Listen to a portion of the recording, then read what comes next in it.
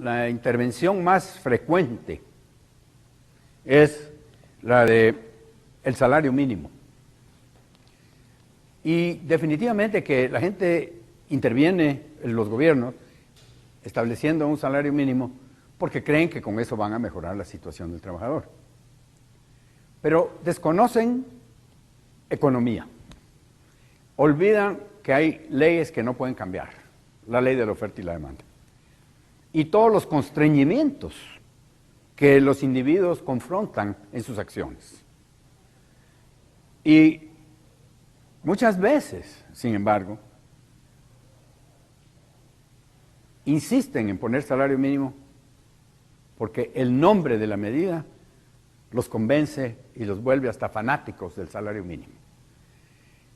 Hay que tomar en cuenta en las intervenciones que hace el gobierno que es muy importante el nombre que se le pone a las medidas, a las leyes.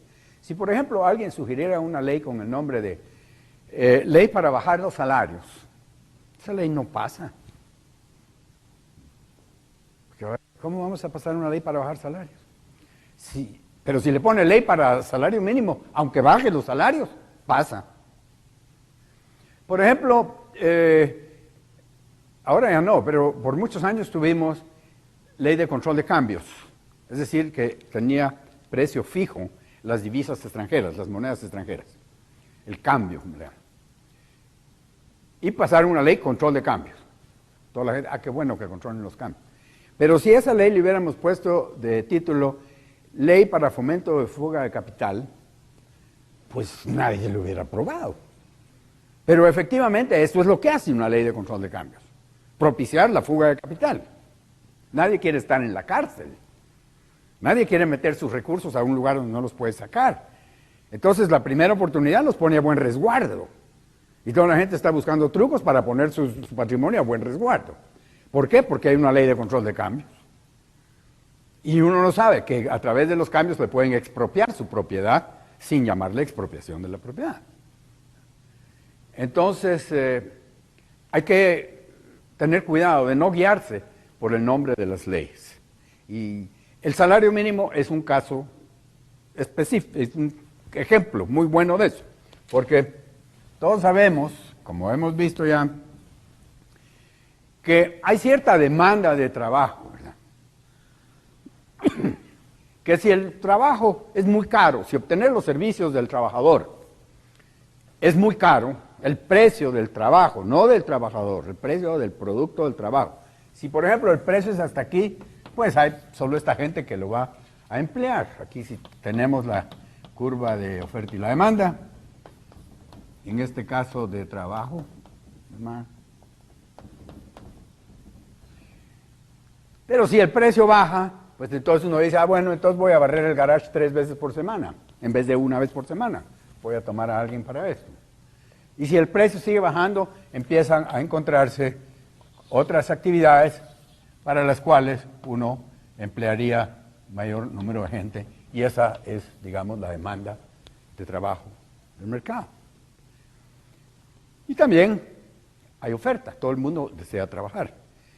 Si el salario es bajo, pues poca gente va a ofrecer su trabajo. A medida que va subiendo el salario, más gente va ofreciendo su trabajo. Cuando llega aquí, toda esta gente quiere trabajar, toda esta gente. Entonces podemos decir, aquí hay una curva de oferta de trabajo. Y en el mercado hay un salario, más o menos, porque es una franja, digamos, hay una franja aquí, dentro del cual fluctúan los salarios. Y esto es lo que llamamos el salario de mercado. Bueno, en un momento dado, ese es el salario que priva en el mercado para determinada actividad. Entonces, viene el gobierno y para mejorar la situación de los trabajadores, dice vamos a poner un salario mínimo, abajo del cual no se puede pagar. Ese tiene que estar arriba de este, porque si no, no tendría objeto. Entonces pone el salario mínimo aquí. Pero la curva de oferta y la demanda son conceptos a través del cual estamos describiendo cuál es la realidad. La curva de oferta y la demanda existe. Podrá ser que no sabemos dónde está, Podrá ser que no sabemos cuáles son estos números, pero que existe una curva de oferta y la demanda, existe una curva de oferta y la demanda. Y aquí estamos suponiendo que ahí está. Así que yo estoy dibujando aquí la verdadera curva de oferta y la demanda. Y por eso no le pongo números, para que no me puedan decir, esa no es, esa es. Bueno, eso quiere decir que si el salario se sube de aquí para acá, la cantidad de trabajadores que van a ser empleados baja de aquí para acá. ¿Por qué? Porque a este precio solo esta gente emplea. Baja el precio, este número, es la gente que emplea, aumenta. Baja otra vez, aumenta. Va. Y eso es la verdad, y esa es la realidad, así es el mundo. Entonces, si la gente no está consciente de eso, dice, bueno, muy fácil, pasemos una ley. Y se sube para arriba el salario. Ahora, ¿qué pasó? Se creó este desempleo. ¿Qué pasa? Todas esas personas que se quedaron sin empleo salen a buscar empleo. Hay muchos empleos que están pagando arriba del mínimo. Todos los que se quedaron sin empleo van a ofrecer sus servicios donde se está pagando bastante más del mínimo. Supongamos que se pone el salario mínimo a $100, a 100 quetzales. Entonces, y el salario que se estaba pagando en esa actividad eran 90.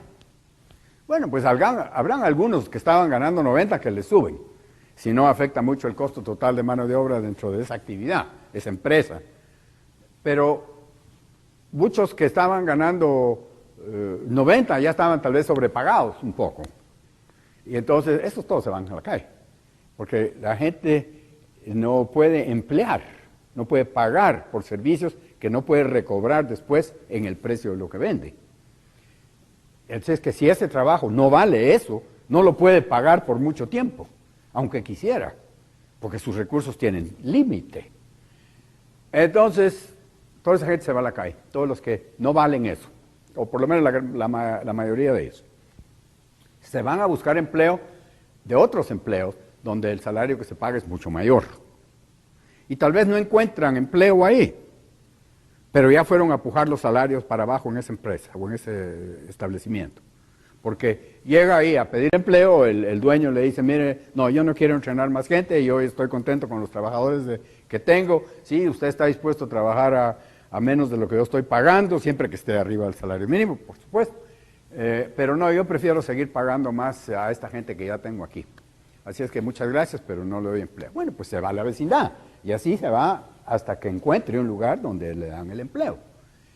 Pero cuando los trabajadores de esa primera empresa donde él fue a buscar empleo le piden aumento al patrón, el patrón no les va a contestar, no te aumento, si aquí hay gente que se está ofreciendo trabajar menos de lo que te estoy pagando, considérate contento, dichoso, ya te estoy pagando más de lo que tendría que pagar para hacer lo mismo.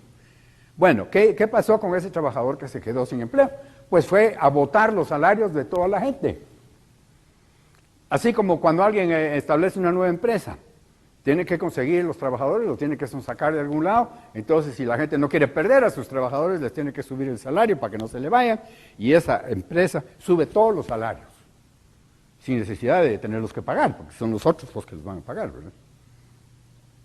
Entonces, baja el salario mínimo, baja el salario de toda la comunidad. Ese es el efecto del salario mínimo.